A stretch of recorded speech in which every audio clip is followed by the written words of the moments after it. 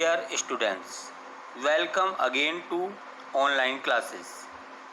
आशा है कि आपने पिछला कार्य सुगमता से पूर्ण कर लिया होगा। इसी के साथ आज हम अध्याय 6 रेखाएं और कोण के बारे में पढ़ेंगे। इस अध्याय को पढ़ने के लिए निम्न तथ्यों को परिभाषित करना अति आवश्यक है। इसके अंतर्गत सर्वप्रथम रेखाखंड को परिभाषित कर लेते हैं।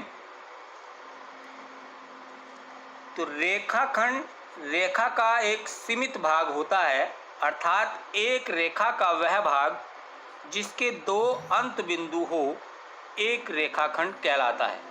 रेखा का दोनों दिशाओं में विस्तार हो सकता है, लेकिन रेखा का एक सीमित भाग होता है जो दोनों ओर से उसका अंत होता है, उसका दोनों साइडों में विस्तार नहीं किया जा सकता, वह रेखाखंड कहलाता है। इसी प्रकार किरण, रेखा का वह भाग जिसका एक अंत बिंदु हो वह किरण कहलाता है, अर्थात किरण का एक दिशा में विस्तार हो सकता है और एक दिशा में उसका एक अंत बिंदु होता है। नेक्स्ट है संरेख बिंदु तथा असंरेख बिंदु।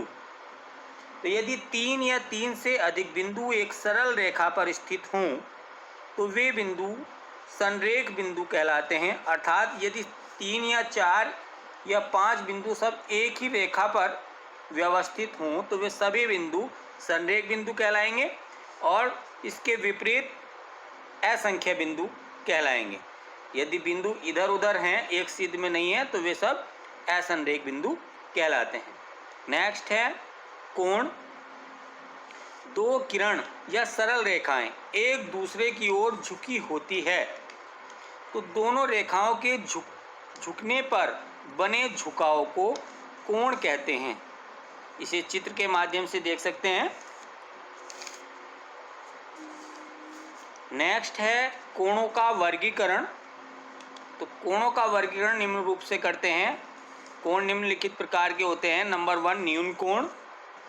तो वह कोण जिसकी माप 0 से 90 डिग्री के मध्य होती है, अर्थात 0 से 89 डिग्री तक के कोण जो होते हैं वो न्यून कोण कहलाते हैं।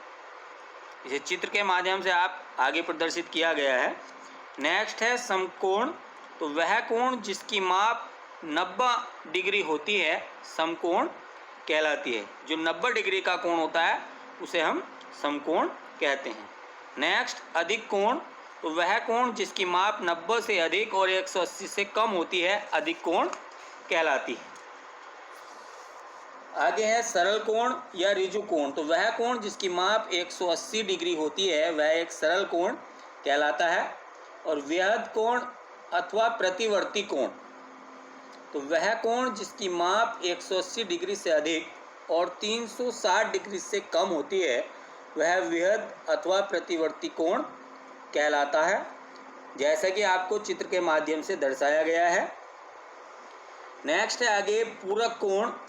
तो यदि दो कोणों का योग एक समकोण मतलब 90 अंश हो, वे कोण एक दूसरे के पूरक कोण कहलाते हैं। या वे दो कोण जिनका योग 90 अंश हो पूरक कोण कहलाते हैं।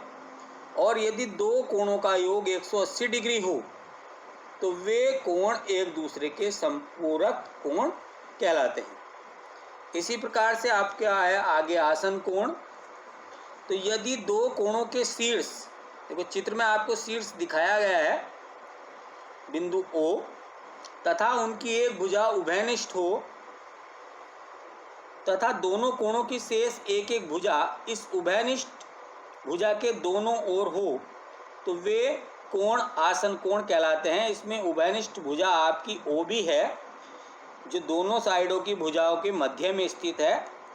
तो इस प्रकार से बने कोण आसन कोण कहलाते हैं। जैसे कोण AOB, ये नीचे की साइड में देखेंगे, कोण AOB और कोण COB आसन कोण हैं। इस प्रकार से हम कह सकते हैं कि कोण AOC बराबर कोण AOB प्लस कोण BOC, कि AOC जो कोण है वो AOB और BOC के योग के बराबर होता है। नेक्स्ट है कोणों का एक रैखिक युग्म। तो दो आसन कोण जिनका योग 180 डिग्री होता है एक रैखिक युग्म के कोण कहलाते हैं। इस अध्याय के अंतर्गत इसका काफ़ी अच्छा स्थान है, महत्व है। कोणों का एक रैखिक युग्म किस प्रकार के होते हैं? यदि दो कोणों का योग 180 डिग्री हो तो हम उन्हें कह सकते हैं कि एक रैखिक युग्म के कोण कहलाते हैं, जैसे चित्र के माध्यम में दर्शाया गया है। नेक्स्ट है शीर्षाभिमुख कोण। तो यदि दो सरल कोण AB और CD एक दूसरे को बिंदु O पर काटती है तो कोण AOD और कोण BOC शीर्षाभिमुख कोणों का एक युग्म, अर्थात AOC और BOD शीर्षाभिमुख कोणों का दूसरा युग्म होता है। अर्थात इन दोनों कोणों को जिनके सिर मिल रहे हैं आपस में, इन्हें शीर्षाभिमुख कोण कहते हैं।